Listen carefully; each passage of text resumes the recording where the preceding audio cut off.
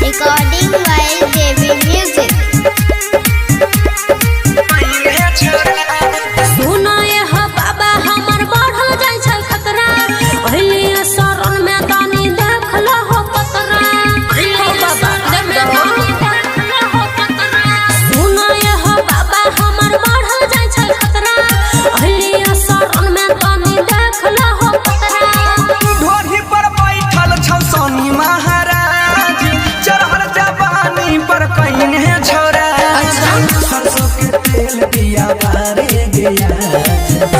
सफल हो तो सब काम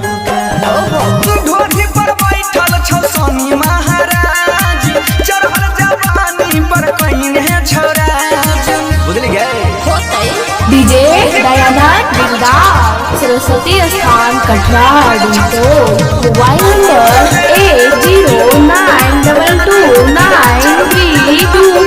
8092293257 राशि फल छौड़ी हेगे गहरा बर छौ तोहर बाजू पमार हैले बजरंगी के मोहर त ठीक भ जते ने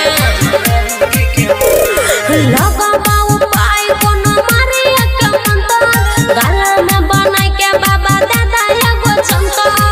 छोड़े शरम छौड़ी कहरे नहीं लाज लाले भभूत ठीक रहत हो मिजाज सरसों के तेल दिया भरे गया ओके सबे सफल हो तो सब काम का सच में ढोरी पर बैठल छौ सोनी महाराज चढ़ल जवानी पर कइने छोरा बुझल गए डीजे दयानंद दिलदार सरस्वती स्थान कटरा डी टोल।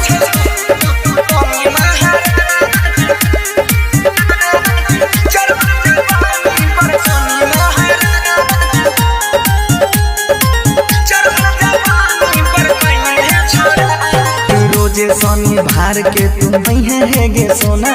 झाड़ देबो माथा पर के सौंपे जादू टोना बुझले ही हो बाबा एगो चसरा गे जिनता से हमरा बिगड़ गेलै दशा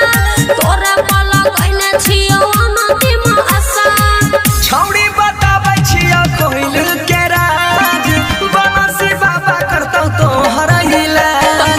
सरसों के तेल दिया भरे गया अच्छा सबे सफल हो तो सब काम का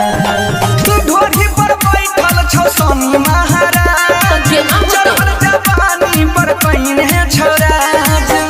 मेरे बस की बात नहीं है सीधे जाओ लेफ्ट राइट बाबा के खोपचा होगा पूछ लेना बंसी बाबा वही तुम्हारा इलाज करेगा। जय हो बंसी बाबा जय हो।